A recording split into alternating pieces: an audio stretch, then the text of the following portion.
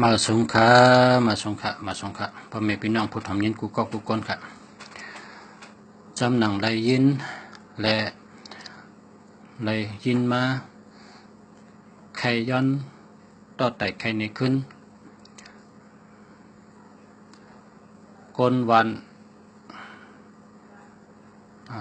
อุบกันนะก้นวันอุบกันก้นสืบก้นไม่สืบไม่อุบกันสืบตามลำมา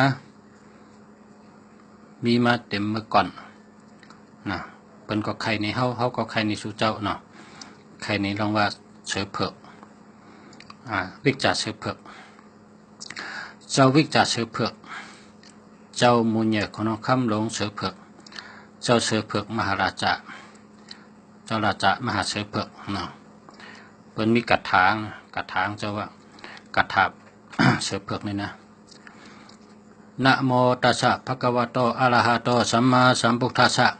นะโมตัสสะภะคะวะโตอะระหะโตสัมมาสัมพุทธัสสะนะโมตัสสะภะคะวะโตอะระหะโตสัมมาสัมพุทธัสสะเจ้ามุนใหญ่คนเอาคำหลงเจ้าเสือเผือกมหาราชาเขาค่ะเอากุ้งเอามุนเจ้าเขาย้อนปึงกุ้งปึงปรามีพุงตะโกเจ้าเก็ดเคเฮกังปันเกาขาปันเฮาขาเฮาขาหลอดเพเสกำเฮาขากว่าตั้งเลยไปตั้งเลยหลอดเพเสกำเฮาขาอยู่ดีใดก็อยู่ดีกินหวานหลอดเพหลอดยันเสกำขา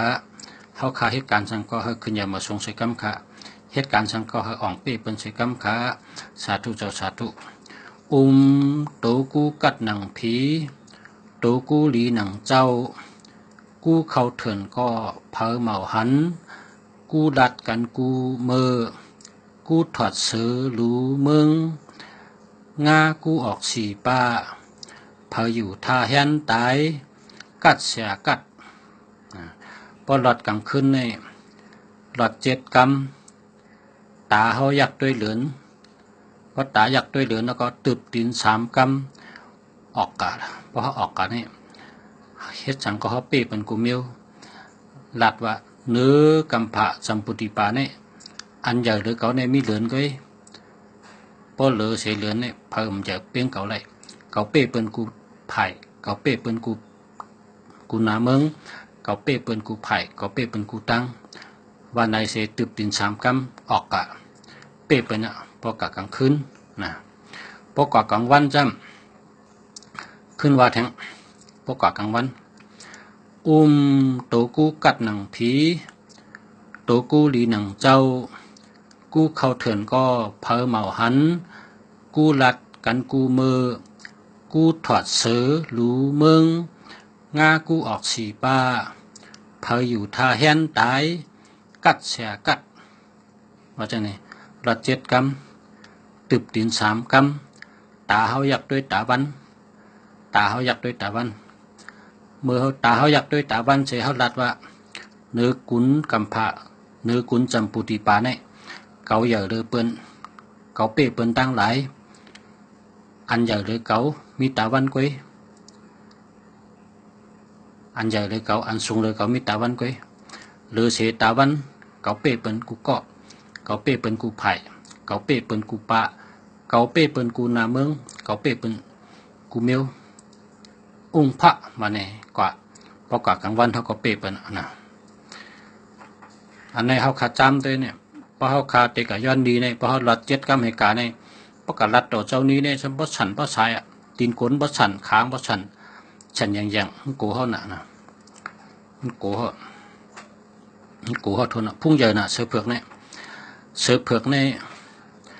เจ้ามุนใหญ่คนเอาคำหลงเสือเผือกในพุ่งตะโคงใหญ่น่ะเจ้าเสือเผือกนี่เป็นเจ้าวิจามันตายให้ปอกเจ้าเสือเผือกนี่มันตายให้ปอกครับมันเป็นอมตะ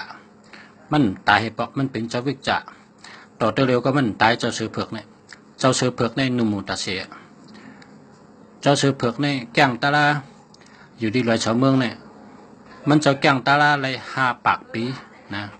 แก้งตาลาเลย5 ปากปีสารไรมินไรนะเจ้าเสือเผือกนี่เจ้าเสือเผือกในผ่านไรเป็น10 นิ้วเนาะผ่านไรเป็น10 นิ้วเจ้าเสือเผือกในผ่านเป็นก้นเทาก็ได้ผ่านเป็นก้นหนุ่มก็ได้ผ่ ผ่านเป็นคุณชิกยาก็ได้ผ่านเป็นชังก็ได้กูเมียวน่ะผ่านได้10 มิลอ่ะนะผ่านช่างได้10 มิลผ่านเป็นก้นเท่าก็ได้ผ่านเป็นก้นหนุ่มก็ได้ผ่านเป็นก้นเท่าหนุ่มก็ได้นะผ่านเป็นก้นหางดีก็ได้ผ่านเป็นก้นหางจ้าก็ได้ผ่านเป็นคนตุ๊กตานุ่งโคยอกก็ได้นะผ่านเทถือก็ได้กูเมียวอ่ะเจ้าเสือเผือกในผ่านได้ผ่านตัวเลย10 มิลน่ะผ่านตัวเลย10 มิลเจ้าเสือเผือกนี่มันตายปะกะตัวเดียวก็มันตายเมื่อไรก็มันตายเป็นว่าเจ้าวิกจ่าเสือเผือกเจ้าเสือเผือกนี่ในอันเท่าคาอันในรายอ่านที่ในปับเจ้าภาพมึงปั่นกันเนาะเจ้าภาพมึงปั่นซ้ำปั่นไว้เจ้าเสียเฮานะเจ้าเสียเฮาในยามไรหลักต่อเจ้าภาพมึงปั่นเมื่อปั่นเจ้าภาพเฮาคาจำเป็นเจ้าสั่งตีก้องนั่นเจ้าเสียนั่นก็อุบในเฮาใครในเฮาเมื่อเป็นเจ้าสั่งอ่อนพอลูกใบพระกังเนอเนี่ยพอลูกใบแพะกังเนอพอใบแพะเจ้าเสียเขาก็ใครนี่ลองเจ้าผ้าเขาใครนี่ลองเสือเปลือกใครนี่ลองเจ้าผ้าอันนี้มีในปรับเจ้าผ้ามึงปั่นเขาขาก็เลยพูดเลยยินเหรอก็เมื่อในก็ยันมาใครนี่พี่น้องไตเขาเฮาพี่น้องไตเขาเฮาพี่น้อง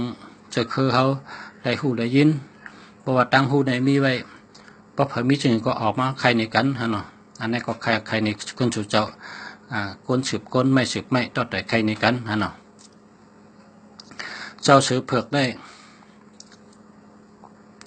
มันเจ้าอุปเปิงและกุญจำปูติปาเนี่ย4 กุญเองเจ้าอุปเปิงหมดเจ้าสือเผือกเนี่ยฉันได้วินได้ฉันได้วินได้เจ้านังตาลาป่นมา5 ปากปีเนี่ยเจ้านังตาลาเลยฉันได้ฉันได้วินได้ผ่านเป็นได้10 มิลนะเจ้าจะเจ้าเสือเผือกในกะกว่านึงมาหินโล